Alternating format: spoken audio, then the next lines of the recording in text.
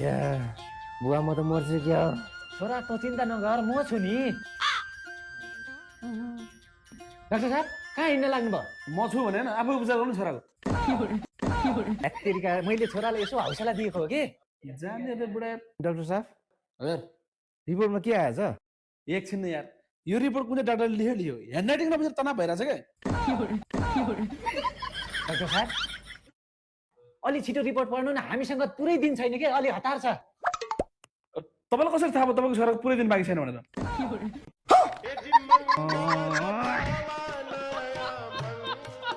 doctor साहब बात दिन किस भए त्यस्तो पनि होइन तपाईँ चिन्ता नगर्नुहोस् तपाईँको पेटको अपरेसन भएको एकचोटि फेरि रिचेक गर्नुपर्ने भयो है त सिस्टर यता आउनुहोस् त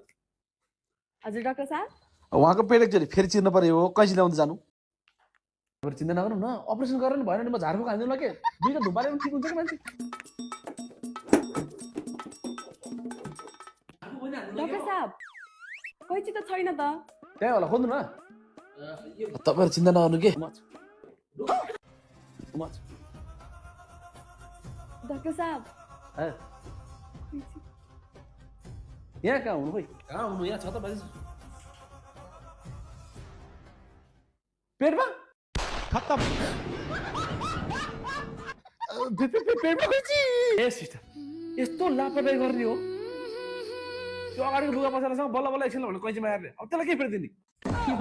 ए डाक्टर साहब तपाईँले लुगा पसलको चिन्ता छ मान्छेको पेटमा कैँची राखेपछि मान्छेको ज्यान जाँदैन कस्तो जान जाँदैन भने त्यहाँ कैँची दिएन भने मलाई मार्छ यार तिनीहरूले त्यहाँ कस्तो तनाव ए बस्दै गर्नु है तपाईँ आउनु त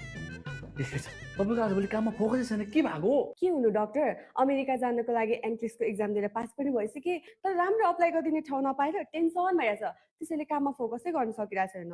हेत्तेरिका सिस्टर एन्ट्रेन्सको एक्जाम पास गरेर राम्रो अप्लाई गर्ने ठाउँ खोजिरहनु भएको छ भने त यही महाराजगञ्ज अमेरिकन एम्बेसी अगाडि एन्ट्रेक्स नेपाल भन्ने अफिस छ त्यहीँ गएर बुझ्नुहोस् न किनस् म पठाइदिन्छु ए डाक्टर साहब कैँची गिफ्ट बोकिरा के को गिफ्ट कैँची खुरुक्क निकाल्नुहोस् ए तेरिका कहाँ उहाँको पेटमा कैँची हुनु नि उहाँको रिपोर्ट एकदम राम्रो छ यसो हाँसी मजाक गरिदियो क्या हामी यत्रो पढेर डक्टर भए मान्छेले कहाँ यस्तो मिस्टेक गर्छौँ होइन सिस्टर त्यही त ल रेस्ट गर्नुहोस् है त